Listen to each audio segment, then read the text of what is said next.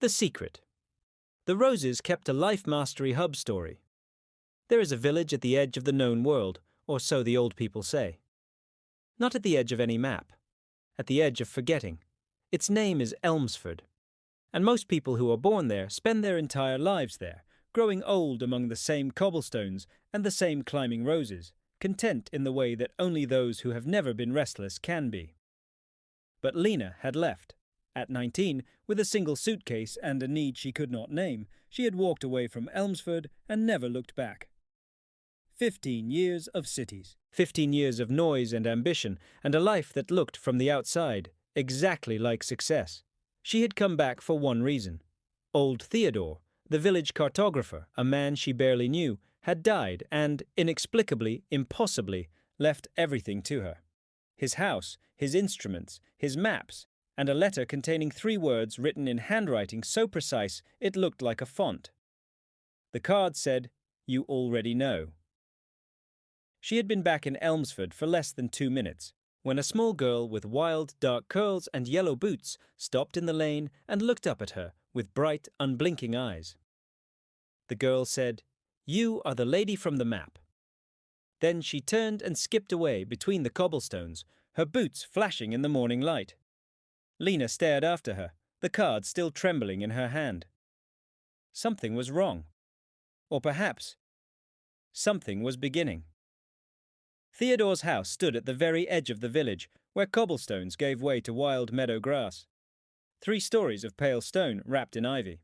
A tower room at the top with a window that glowed faintly even in daylight. The front door was arched and dark, with a brass handle shaped like a compass needle. It was slightly ajar. The house was larger inside than its exterior suggested. That was the first impossible thing. Lena moved through rooms that were half museum, half library, maps on every surface, walls, tables, floors, maps of mountains, coastlines, river systems, maps of cities that no longer existed, maps of places she had never heard of and could not find in any atlas. She paused at a map of a forest so detailed she could see individual trees, each one named in tiny, careful script, as though they were people. Then she climbed to the tower room. The door was heavier than she expected. She opened it and stopped. The map room. At its center, on a vast oak table, lay the map. It was magnificent, ancient, intricate, breathtaking, ink-drawn mountains with perfect shadows, rivers that wound with a naturalist's precision. Villages, forests, coastlines, all labeled in a script she could read, but that somehow felt older than language. And in the very center, a blank space, a perfect white silence in the heart of all that detail, the size and rough shape of a human hand. Lena leaned closer, and then she froze, because the blank space was not blank. It was moving, not visibly, not like something alive, but the edge of it shifted, subtly, like the outline of something breathing. She blinked. It was still again. She whispered, "What are you?" And downstairs, a door opened. The old man in Theodore's chair had bright blue eyes and ink-stained hands. He sat with the absolute comfort of someone who had sat there 10,000 times. He looked up at Lena without surprise. She said, "Theodore is dead. I was told Theodore is dead." He looked at her steadily for a long moment, the kind of pause that has weight. He said, "Theodore the cartographer is dead, yes. I buried him myself 3 weeks ago Thursday. He was my brother. My name is Edmund, and before you ask, he told me you would come. He told me almost everything, except how long it would take you to look at the map." She sat. Edmund poured 2 cups of tea from a pot that seemed to have been waiting. She said, "Why me? I barely knew him. I was a child when I left this village." He said, "That is precisely why. Theodore spent 60 years making maps of everywhere else. In his last year, he made only one. He made it for you, because you are the only person in Elmsford, perhaps in the world, who left without knowing why, and spent 15 years building a life without knowing what it was missing." Lena looked at him. This landed with uncomfortable accuracy. She said, "He didn't know me." Edmund said quietly, "He knew the map, and the map knows you. Go and look at it again. But this time, touch the blank space." Back in the tower room, Lena stood at the table. She looked at the blank space in the center of the map. She reached out and hesitated. Her hand hovered. She closed her eyes, then touched it. Nothing happened. She opened her eyes. She was about to pull away, and then she saw it. The map had changed, not dramatically, not like magic in a story, but the blank space now showed the faintest outline of a place, like ink bleeding slowly through wet paper. A coastline, a meadow, a single ancient tree. She leaned in, her face inches from the parchment. The tree, the shape of it, she knew it. Her breath shortened. She whispered. The oak, the meadow beyond the mill. She had played there as a child, with her mother. Every Sunday morning, whatever the weather, her mother had brought her to the old oak and they had sat beneath it on a worn wooden bench, and her mother had told her stories. Not fairy tales, real stories, about their family, about choices, about a woman who once stood at a crossroads and chose the road no one had taken. Her mother, who had died when Lena was 18, 1 year before she left for the city, 1 year before she stopped looking back.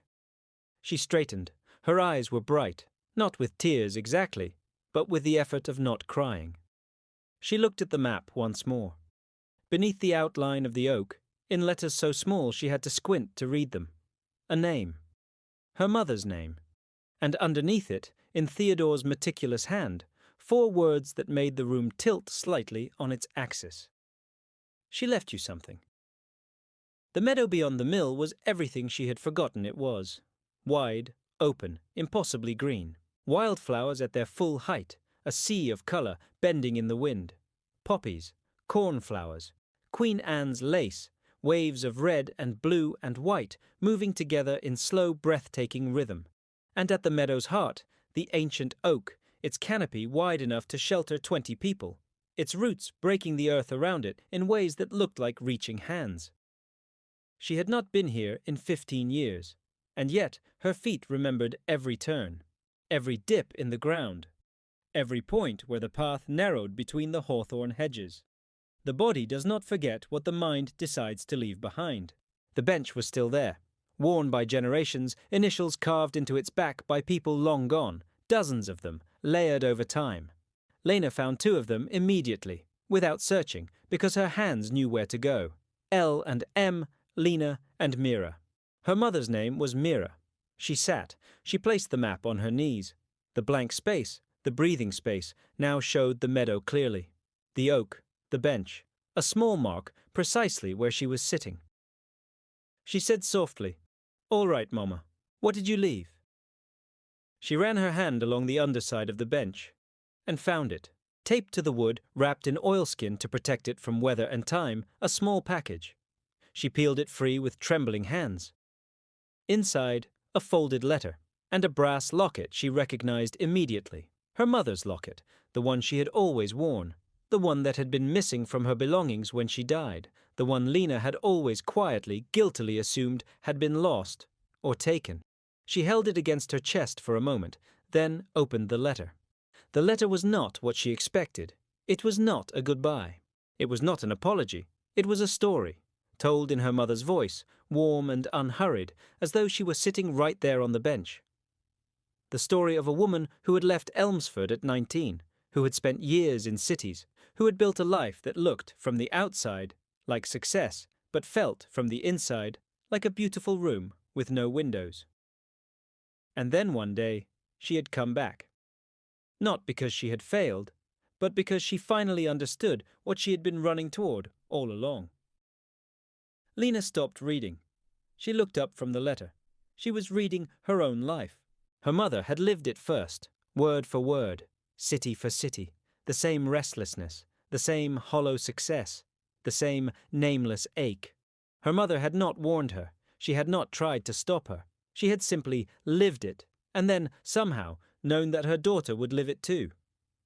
And left this letter 30 years ago, hidden under a bench, for a woman who had not yet been born to come and find it. The final paragraph. Lena read it, then read it again. Her hands were completely still. Her mother had written, "My darling, You did not come back because you failed. You came back because you were finally brave enough to stop running from the one place that always knew exactly who you were.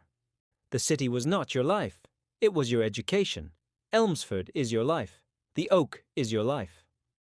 This bench, these initials, the river and the roses, and the people who have known your family for 300 years, this is your life. You left to find yourself. You came back to be yourself. There is a difference, and only the bravest people ever learn it. Silence. Wind through the oak leaves. The wildflowers bending in a slow wave. And then, from somewhere behind her, the sound of small boots on the grass. The girl from the morning stood a few feet away, watching with those bright, curious eyes. She held out one small hand. In it, a rolled piece of paper. She said, "Edmund said to give you this. He said you would be ready now." Lena took it, unrolled it. It was a small map, hand-drawn, precise, Theodore's style unmistakable. It showed Elmsford, the house, the meadow, the river, and in its centre, where the blank space had been, a drawing of a woman sitting under an oak tree, reading a letter, and beside her the ghost of another woman, drawn in lighter ink, sitting beside her, watching over her. Lena looked at the two figures for a long time. She asked the girl quietly, "What is your mother's name?" The girl smiled her gap-toothed smile. She said, "Mira, same as your mum. She says all the best Miras come from Elmsford." Lena laughed, the first true laugh in longer than she could remember. Unguarded, open, real. The girl dropped down onto the grass beside the bench, perfectly at home in the world in the way that only children and the very wise can manage. The afternoon light stretched long and gold across the meadow. Somewhere in the village, someone was cooking something that smelled of wood smoke and rosemary. The mill wheel turned, the river ran, the oak breathed, and Lena, for the first time in 15 years, felt no urgency to be anywhere else. She walked back through the village at dusk.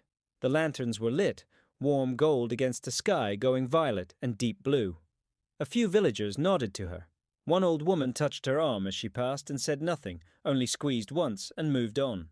It was enough. She did not know yet what she would do, whether she would stay, whether the map room with its breathing center would yield more of its secrets or keep them locked in beautiful silence. But she knew this. The thing her mother had known, and Theodore had known, and the oak and the bench and the river had always known. We do not find ourselves in the places we run to. We find ourselves in the places we are brave enough to return to. That night, back in the tower room, she stood before the map one final time. Its center was no longer blank. Where the empty space had been, Elmsford now appeared in perfect detail, every rose and cobblestone and curve of the river complete. And in the corner, in letters almost too small to read, Theodore's final note. Not written to Lena, written to whoever reads it after she is gone. She found it. They always find it. If the map is made with love, it always leads them home. You are not lost. You never were. Sometimes the bravest journey you can take is simply back.